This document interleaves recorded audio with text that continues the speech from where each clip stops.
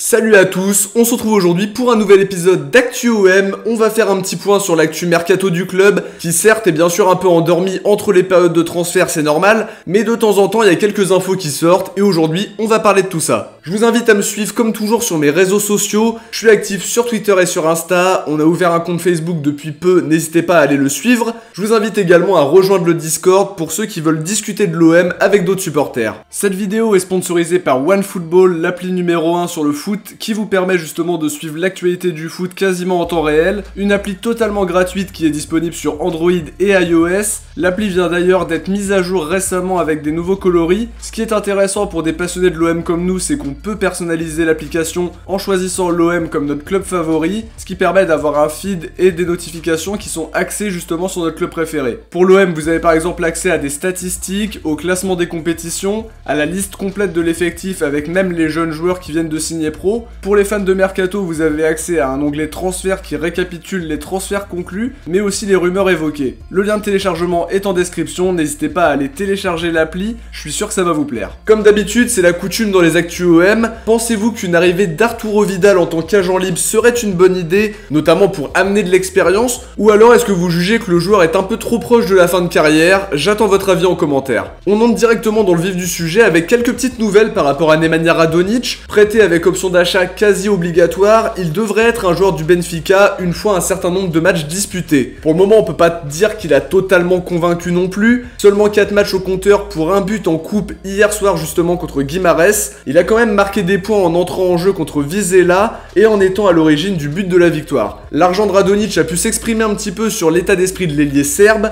D'après lui, il est totalement en forme et se sent plutôt bien du côté de Benfica, notamment grâce à la présence de Jorge Jesus sur le banc. A voir si sa bonne forme se confirme, mais en tout cas, si c'est le cas, ce sera une bonne entrée d'argent pour la direction marseillaise en cas d'option d'achat levée par les benfiquistes. Cet été, on a beaucoup parlé de la piste Almada, ça a même été un très gros feuilleton du mercato, et au bout du compte, on a appris que le joueur devait s'engager avec Atlanta United en MLS, mais ça s'est pas fait. On parlait récemment d'un transfert en janvier du côté de la MLS, et le joueur lui-même a eu l'occasion de parler de son avenir, en indiquant que le transfert n'a pas été bouclé, mais que tout est encore possible, en ajoutant qu'il aimerait beaucoup jouer en Europe, ce qui laisse éventuellement une porte ouverte à l'OM qui s'était positionné comme un sérieux prétendant cet été. A voir dans les prochaines semaines comment ça évolue, mais l'intérêt marseillais semble quand même être beaucoup moins concret à l'heure où je parle. Du côté de Camara, pas de nouvelles d'une éventuelle prolongation dont on parlait cet été. Quand on voit ce qu'il apporte au million depuis le début de saison, on se dit qu'évidemment on espérerait un petit peu naïvement le voir prolonger sur la longue durée, mais on parlait surtout d'une prolongation d'1 an pour ne pas partir libre. En tout cas, il y a eu pas mal de prétendants, il y en a toujours pas mal qui veulent sauter sur l'occasion. Nicolo Schira affirme que le Milan AC ne lâche pas le dossier,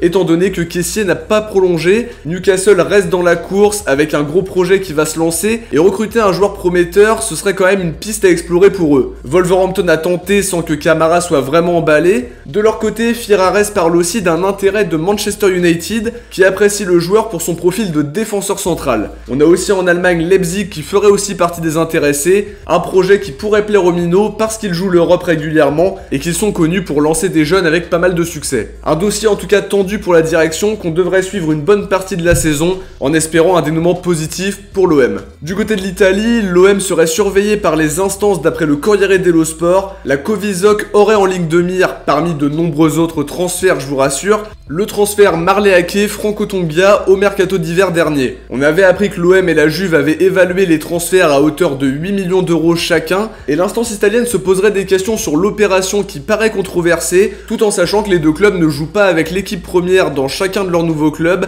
malgré un montant de transfert vraiment élevé. Affaire à suivre pour voir quelle proportion pourrait prendre cette histoire-là. En termes d'arrivée, on retrouve une rumeur persistante de cet été, c'est celle qui mène à Arturo Vidal. On se disait aussi que ça venait de sa proximité avec Sampaoli qu'il a connu en sélection chilienne. On a eu le même cas avec une piste Alexis Sanchez qui est sortie récemment. AS Chile nous indique en tout cas qu'un transfert de Vidal à l'OM resterait dans les tuyaux. Sampaoli aimerait le recruter en tant que joueur libre l'été prochain, dans le but de renforcer l'effectif, mais aussi d'avoir une tête d'affiche si le club se qualifie en Ligue des Champions. A voir si le joueur sera vraiment tenté, s'il sera toujours performant d'ici là et si son salaire sera en accord avec les finances de l'OM. Pour terminer cette vidéo, on va parler de l'avenir de William Saliba. Le joueur n'est que prêté à l'OM et ses performances depuis le début sont vraiment très bonnes au point de se dire qu'Arsenal devrait le récupérer en fin de saison. On a aussi été beaucoup à se faire la remarque que les Gunners auraient bien été inspirés de garder Saliba dans leur défense centrale cette saison. The Sun donne un peu des nouvelles et explique qu'Arsenal reste attentif aux performances de leur défenseur central du côté de l'OM, mais que de son côté par contre Saliba commencerait à douter sur son avenir londonien